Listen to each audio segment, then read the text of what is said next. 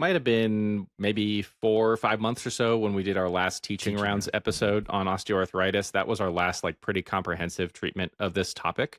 And I think we're both pretty pleased with how that ended up coming out.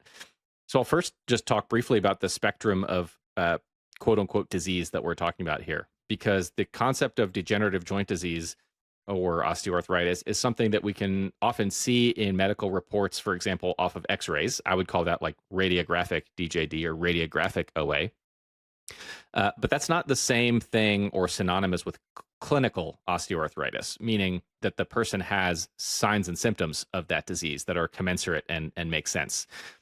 Any clinician who sees patients has seen, maybe a crusty old guy who's a who's a farmer who comes in for whatever reason or doesn't come in and happens to end up getting some imaging, and the joints on imaging look like pretty advanced disease, but you ask them and they're functional and they don't actually have terribly bad symptoms, or they're not disabled much at all, or at least commensurate with the degree of joint changes that you might see on imaging.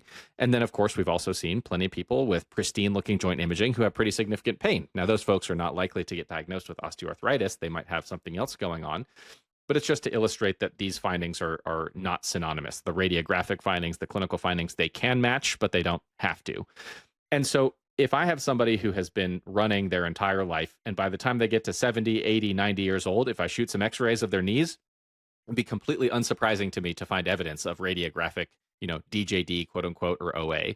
Those are the kinds of things that in a patient who is functioning well, feeling well without terribly, significant symptoms, we're going to label as age appropriate changes. That's the sign of them being around the sun as many times as they have and, living a life well lived.